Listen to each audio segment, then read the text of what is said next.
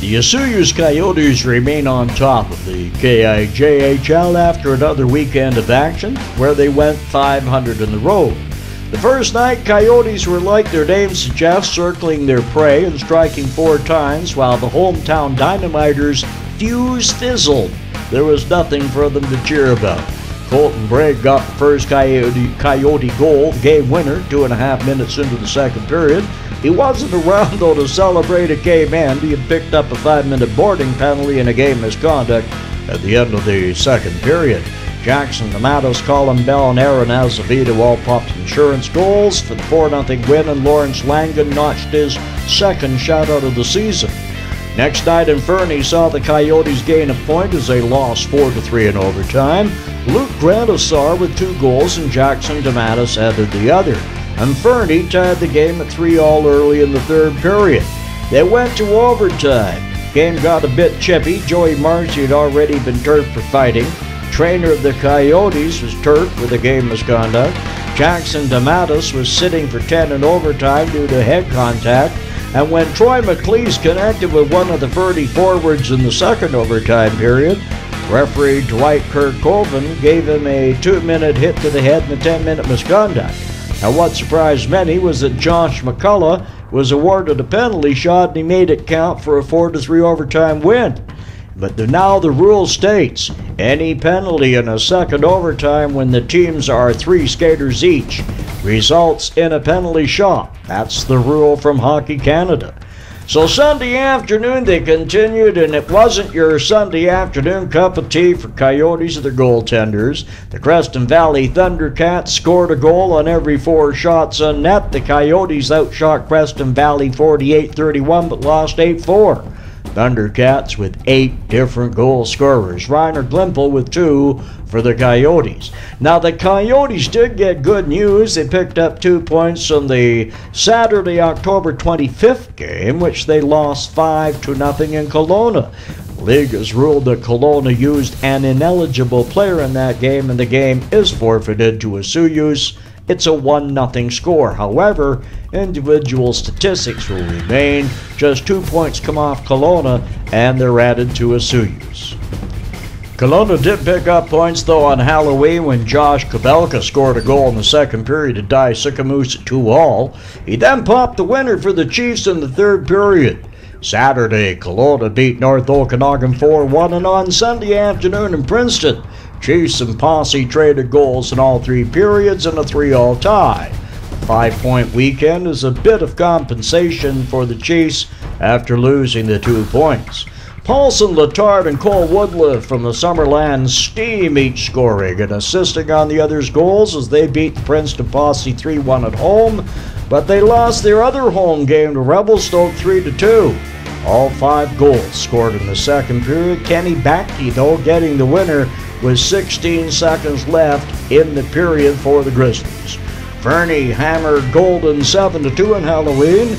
Then Kimberly beat Golden 6-4 the following night, led by Tyler Kingsbond's 2 goals.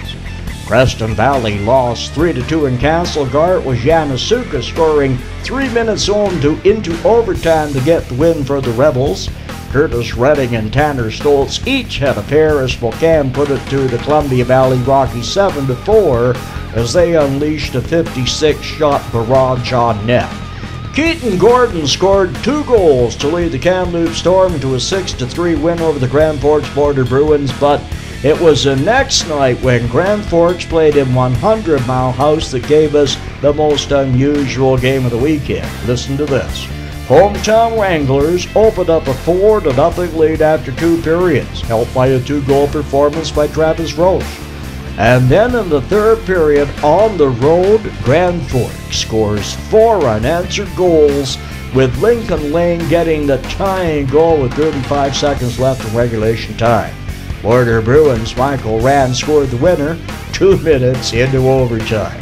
But 100 Mile House felt a little better next afternoon when Brady Ward broke a 1-1 tie with arch rival Kamloops Storm with just over a minute to go in the game. It was a 2-1 100 Mile House win.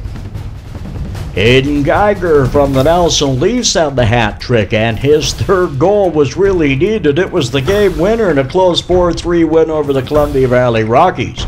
Nelson had difficulties in Spokane as Tanner Stoltz and Sean Collins scored 2 each as the Braves edged Nelson 4-3.